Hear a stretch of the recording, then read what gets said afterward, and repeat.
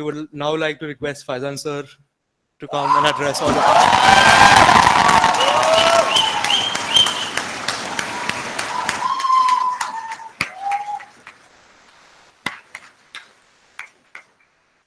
Thank you very much. Yesterday, many people on campus were getting sentimental. Some of them were crying. I was most composed because I have seen such changeovers in my life. No one is inevitable. An institution is definitely bigger than an individual. And I'm sure that you may get a better person to lead you. But this morning, you people are making me cry. And that's not a great way to go out of an institution you love. For the rest of my life, I am also a NALSARite without clearing check.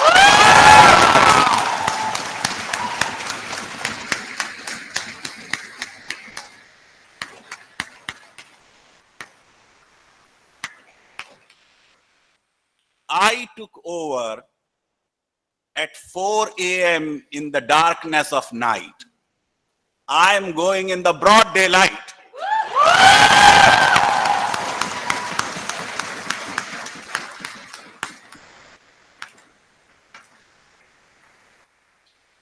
Our higher education system is over 100 years old. You had University of Calcutta in fact at that time, and University of Madras, and University of Bombay, and then University of Punjab. And then subsequently you got the two denominational universities, Aligarh Muslim University in 1920 and Banaras Hindu University in 1915. Both were the community initiatives. And in my opinion, both were the private enterprise. But if you look at the acts of all Indian universities, including the NALSAR Act, these universities, and I said it before the search committee also, and I have been consistent in this statement, that the greatest problem which is there in Indian higher education, it is that Vice-Chancellor is the bride of the university. And universities are Vice-Chancellor centric, and I don't like it. Therefore, I try to demolish this institution of Vice-Chancellor. The primary stakeholder of the university is not a Vice-Chancellor, is the students. And therefore, the students,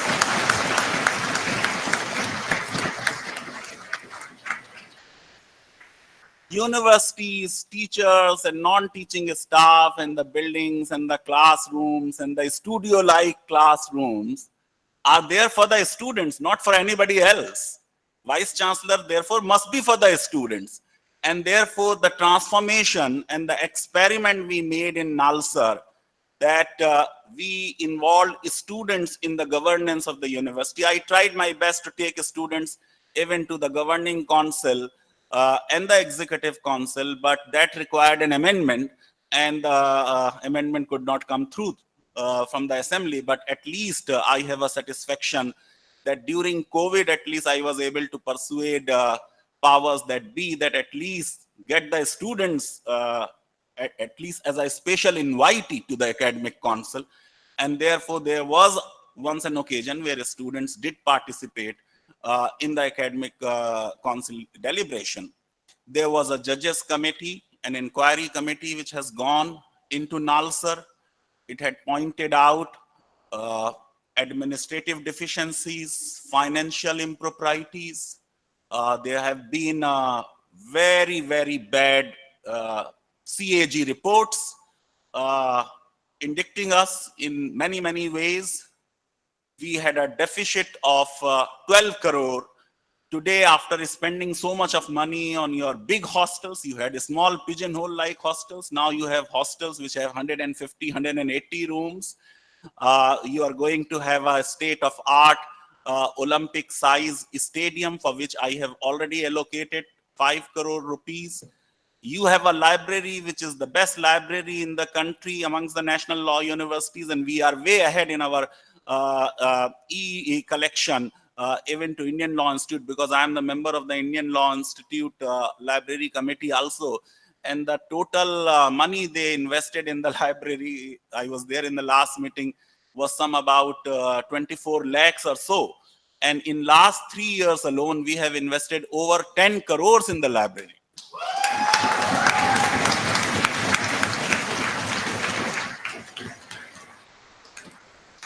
And for all these purchases, it was not the vice chancellor or the finance officer or some faculty member who was negotiating with the vendors. It was Ritvik who was doing all this.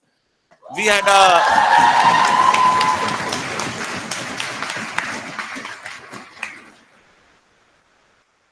a SBC for which there was no direct election for the president. So we amended the SBC constitution.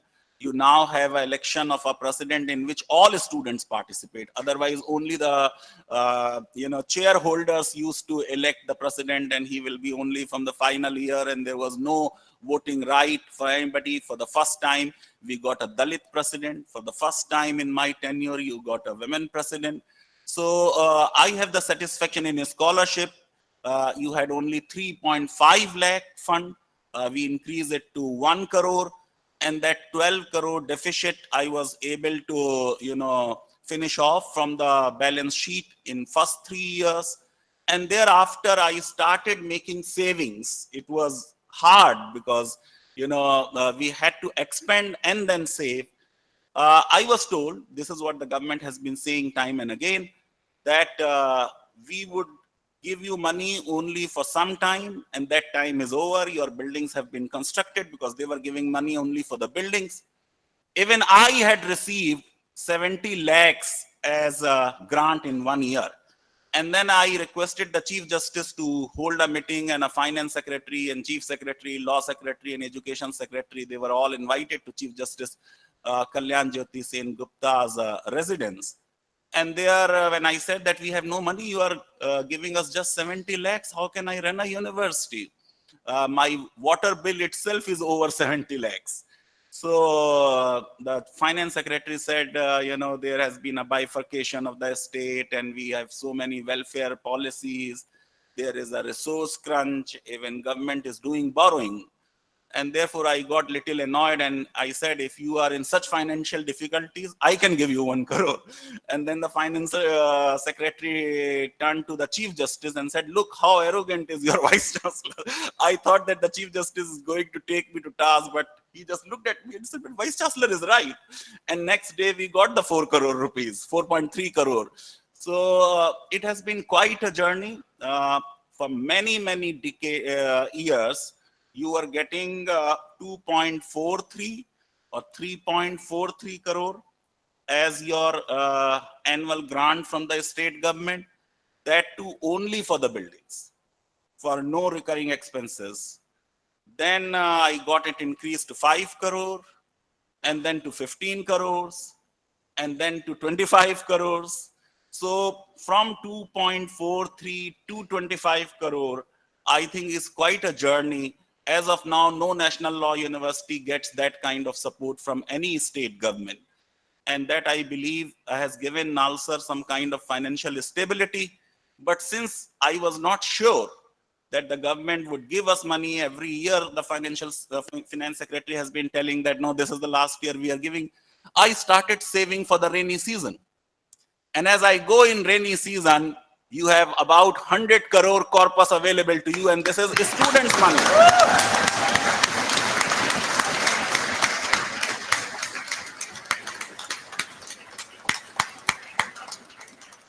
This 100 crore is nobody's grant. It is the money I have saved out of your fee. And therefore, the students have a right over this money.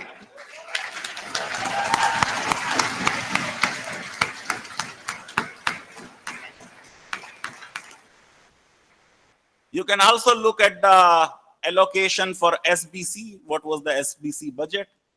Somewhere around 20-25 lakhs or less, maybe 23. I don't recall exactly. I was not able to lay my hands on the 2012 budget, but that has reached almost a crore.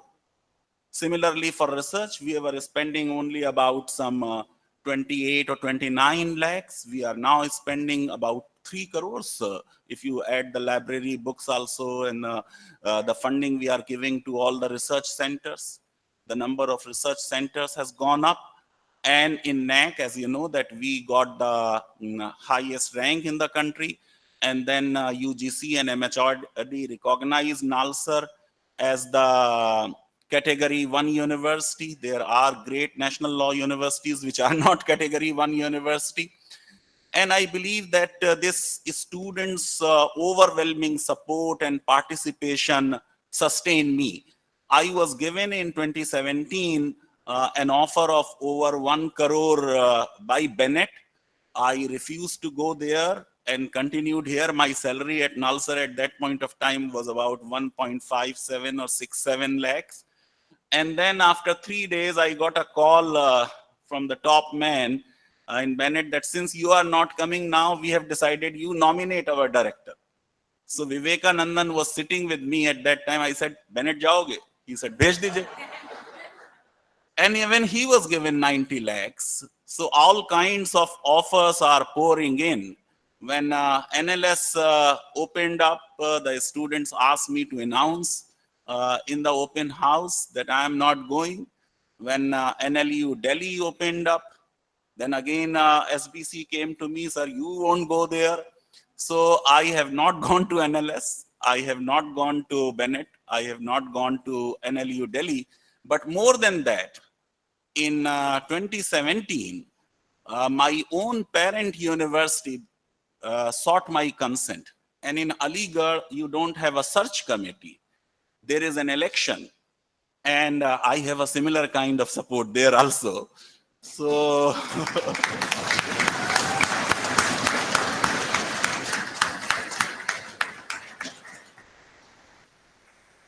General Shah, who was the deputy chief of army staff, was the vice-chancellor, and he sought my consent that the executive council wants to consider your name for putting on the panel of the vice-chancellor, which will eventually go to the president of India, who heads Aligarh Muslim University as the visitor.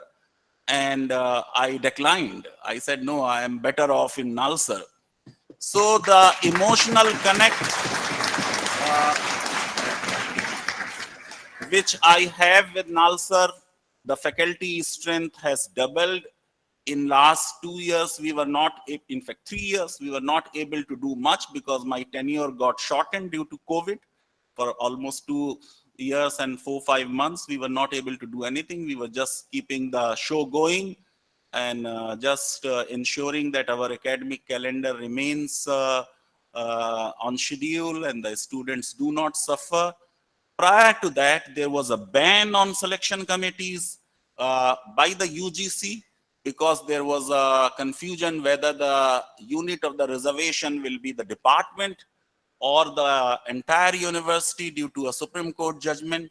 Then an ordinance was brought by the government. Then you got the 2019 elections and a model code of conduct came into play. And therefore, for 6 months, we were not able to hold selections. Then in between, you had, officiating chief justices who said, let us wait for the regular chancellor, because unless the chancellor gives the nominee, you can't hold the selection committee. And therefore, this is how the selection committee could not be held. Nevertheless, we were able in 2021 December and January to hold some selection committees. For the first time in the history of NALSAR, we have fulfilled the requirement of the affirmative action in the faculty recruitment. As per the EC decision, you have reservations in certain categories. Those positions have been filled. Social sciences, you did not, when I took over, you did not have a single regular faculty. Now you have many. Almost all positions in social sciences have been filled. You are getting another history teacher on 1st of August. So I go with my head high that in a situation where I was not even given 1 month to complete my term in Odisha and was asked to travel and take over charge of NALSAR in the darkness of night, because it could not be handed over at that time. The situation was so bad to any internal person and to any officiating vice chancellor. I think the university has stabilized. in terms of its academics. Most of the regulations of NALSAR were made during this tenure. There is now hardly any discretion left with the Vice-Chancellor. So the administrative processes have been made absolutely transparent. There was not a single file note when I took over. This filing system was not there. There was no green sheet in NALSAR. So the institutional memory was not there. There were vital papers, white papers on which some orders were made, and then those papers were lost. We were able to introduce the filing system, and now there is an institutional memory. And I could do all this because I had the support of the students, support of my faculty members. Professor Dhanda was leading from the front. Whatever I was able to do in NALSAR was largely because of her initiative and her support.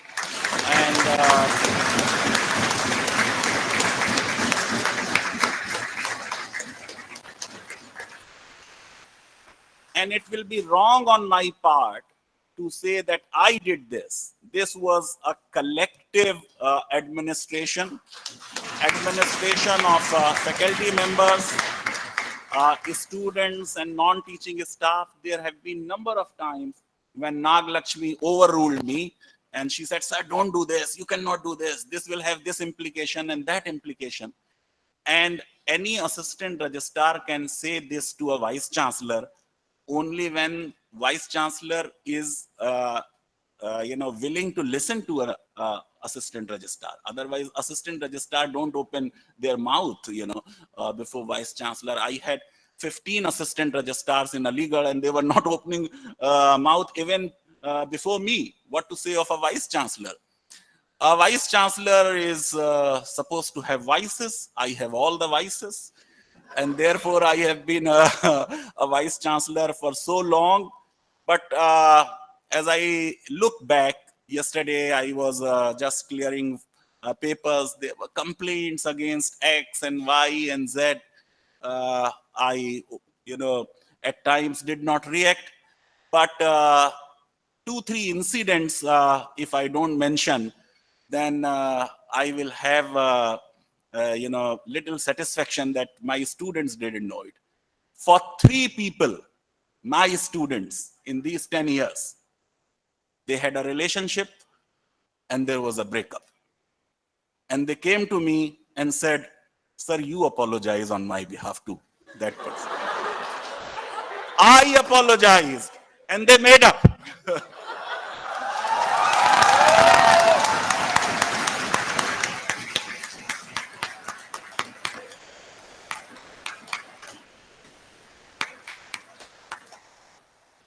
I can say it that you will get better vice-chancellors, but such an experience would be quite impossible. Similarly, during COVID, I got some calls from the parents, very interesting calls. I feel like quoting it straight away. Ye ullu ka patta hai. I will not keep him in my house, you take him. And I had to bring those students on campus during COVID.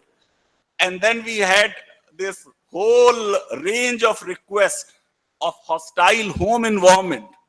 And because of the hostile home environment, we ended up getting some 66 or 63 students on campus. We were the first to reopen. And we were giving the maximum fee concession. No national law university has given as much fee concession as we have given. In fact, there are national law universities which charge even the hostel rent during COVID. So I had all kinds of experiences. There was one anonymous email written to me in December 2012 saying that this 95% attendance, which you have to put in if you want to get 5 marks in your paper, in all 250 marks were just for attendance, and students used to fake their academic leave in this. This is bad, and can you reconsider it? On the basis of one anonymous, email, we brought in a change, and it was not an easy change because for many years, The academic council was agreeing only to give me 1 year. Okay, experiment for 1 more year, experiment for 1 more year. But we abolish attendance. Now number of other law universities are following the suit. Similarly, the elective system we brought in. You had this 50 research papers requirement. This is atrocious, you know. Young people, we are killing them by asking them, and if they don't plagiarize, what will they do? And that's how, you know, we had to eventually change that. The reasonable accommodation policy and the hand holding we did for number of people. There were students who were in real emotional stress, largely the number of students from the affirmative action,